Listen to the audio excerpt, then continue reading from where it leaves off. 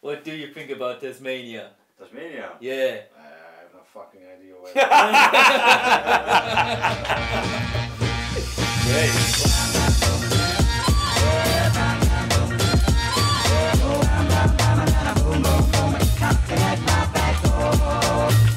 Hi, matey mate. Oh, yoy. Hi. Let me get my beer. Yeah, me too. Mate. Cheers, mate. Cheers on that one. Hey, it's great being back with you. And Yeah. I think today we're gonna talk about like your. In this episode. On this episode we're gonna talk about your travel experiences in Tasmania. Yeah. Because I didn't get the privilege to travel there. I feel so sorry for you. Yeah, it's alright. Just happened to you. Sometimes you miss out. Unfortunately, just a few days, or maybe just one day before you wanted to The go day to Tasmania, we wanted to leave. his car got stolen. Yep. Like so we were in front of the hostel. We already had our tickets and we were literally just wearing our backpacks to put our stuff into the car and take the ferry, and we couldn't find our car, and eventually it turned out it was stolen. And that's the end of the story. Never got to see Tasmania. But more than exciting to hear your side of the story. Yeah. So Matthias, traveling Tasmania, how would you say, how long should you spend trying to travel Tasmania? What we did was about 2.5 weeks. 2.5 weeks. And I think I think the island is not too big, so I think 2.5 weeks is an appropriate time. Right. So when did you travel Tasmania? Around what time of the year was it? We did travel around January or February. I think it went from January into February. So would you consider that a good time, January? Unfortunately, when we arrived, there were some wildfires in the south of the island. So, and I think the island is known, or Tasmania is known for having more wildfires during the season, or during January, February. You can still travel along Tasmania without running into a huge trouble. We just had it one time that we had to drive away from a part, I think it was the more southern part.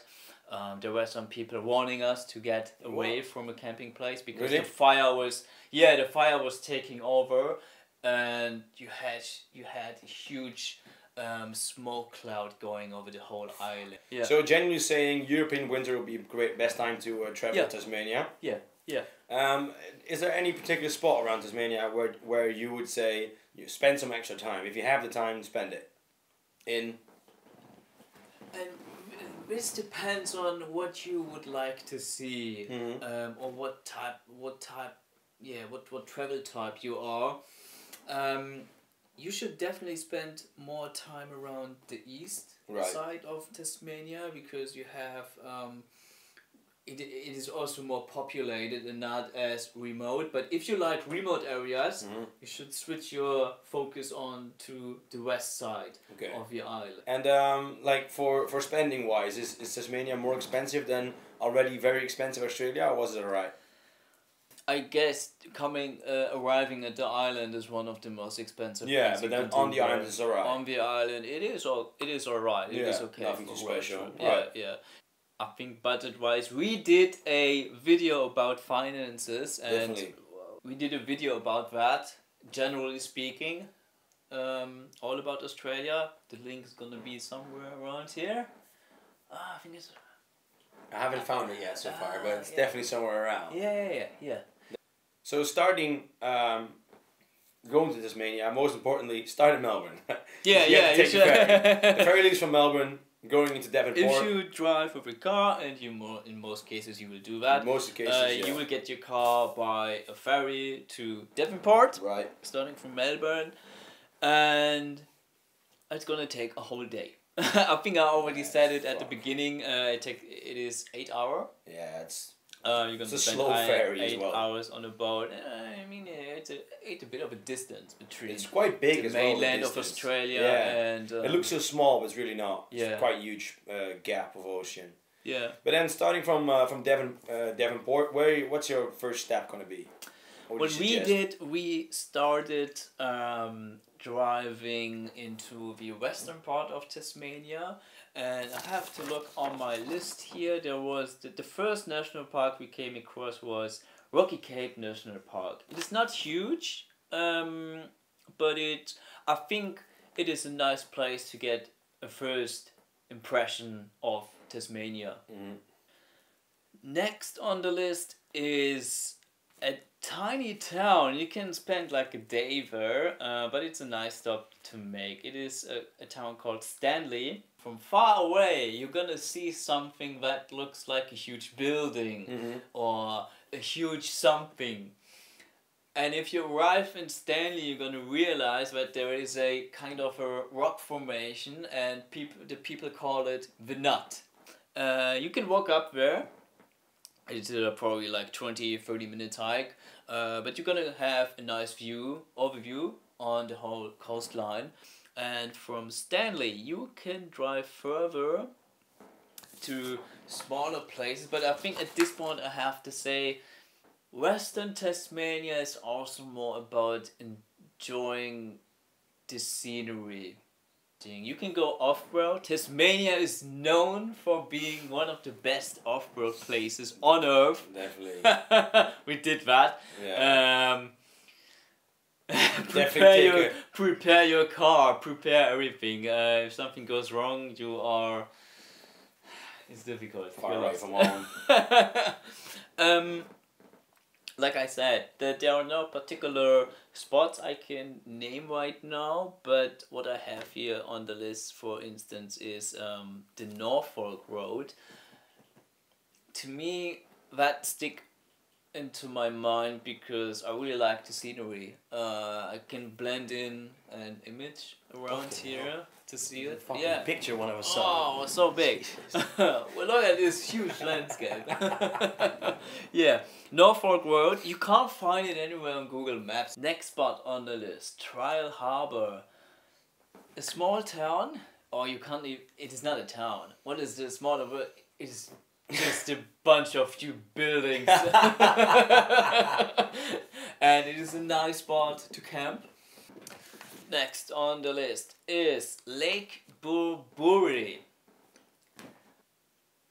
It's just a pretty nice lake. Yeah. You can camp there for free. You're gonna find a lot of spots all around the lake.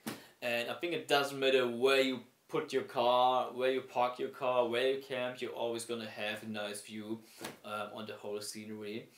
And yeah, definitely take a stop and enjoy. And how did you find Hobart?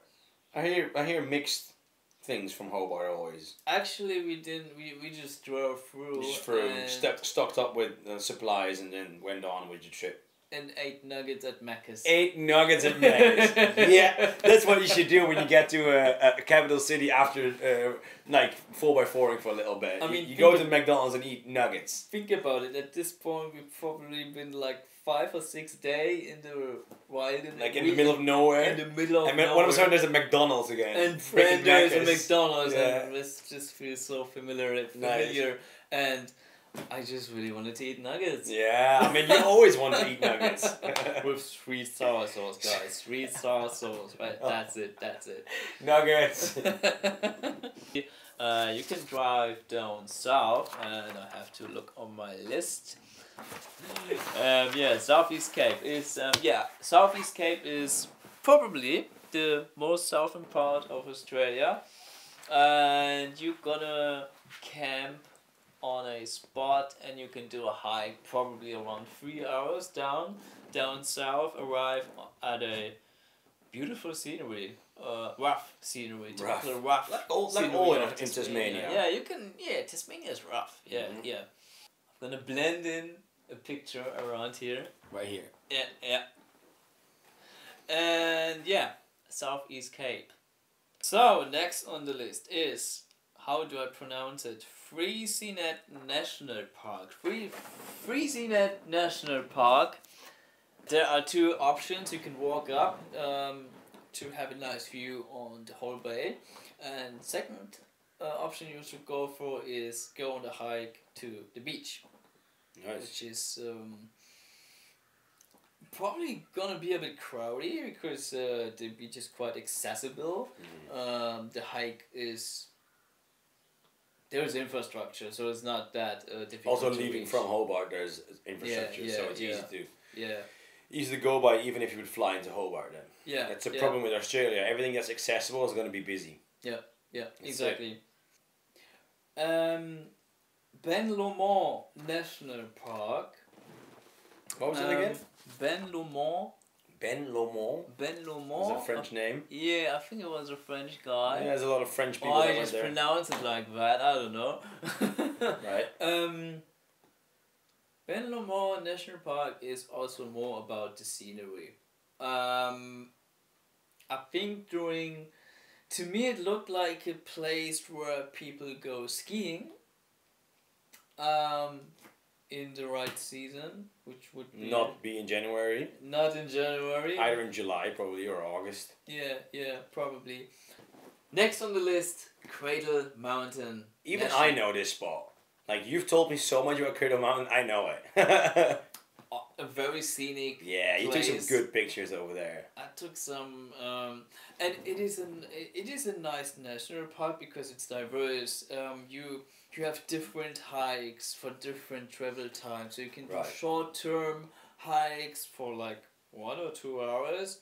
Those are big ones. I think if you want to walk up to, hike up to Cradle Mountain, it's gonna take about 3 up to 4 hours, depending on how fast you are and in which route you are taking. The view is amazing. Be aware of that. Hiking up to Cradle Mountain is for people who are. You should have some fitness. You should be fit. Yeah.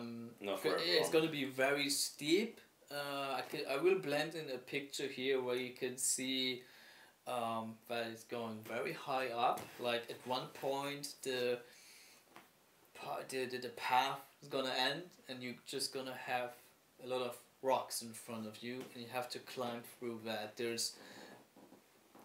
It's gonna be a steep hike. Yeah. And then Cradle Mountain is probably last up, right? Cradle Mountain is the last stop. Yeah. And so I would suggest you should end your journey on Tasmania with Cradle Mountain. Yeah. Save the last for best. The best for last. Exactly. Nice. Yeah, you should do that. So that means that the road trip in Tasmania is over. It is over. From Cradle Mountain, you get back to Devonport. Yeah, and you take the long ass ferry back to Melbourne. And yeah. Yeah. I mean, you have to get back. Because when you get back, we're getting into the next video. You can watch down here in the link below, or if you wait long enough, it will pop up in your playlist. Because we're going to talk about the East Coast. The famous known, everyone knows the East Coast. We're going to cover it anyways. And we're going to take out some little parts that maybe not everyone knows. So if you want to see more information about the East Coast, click down the link below or watch the next video coming up in the playlist. I think for now it will leave us. This is the end of the road trip of Tasmania. If you want to see more of content of us, click on subscribe in the channel. Like this video. If you have any more suggestions or ideas about what we should do more or cover maybe about Australia, leave it in the comments. And other than that, I think it leaves us nothing else than to say cheers, mate. Cheers, mate.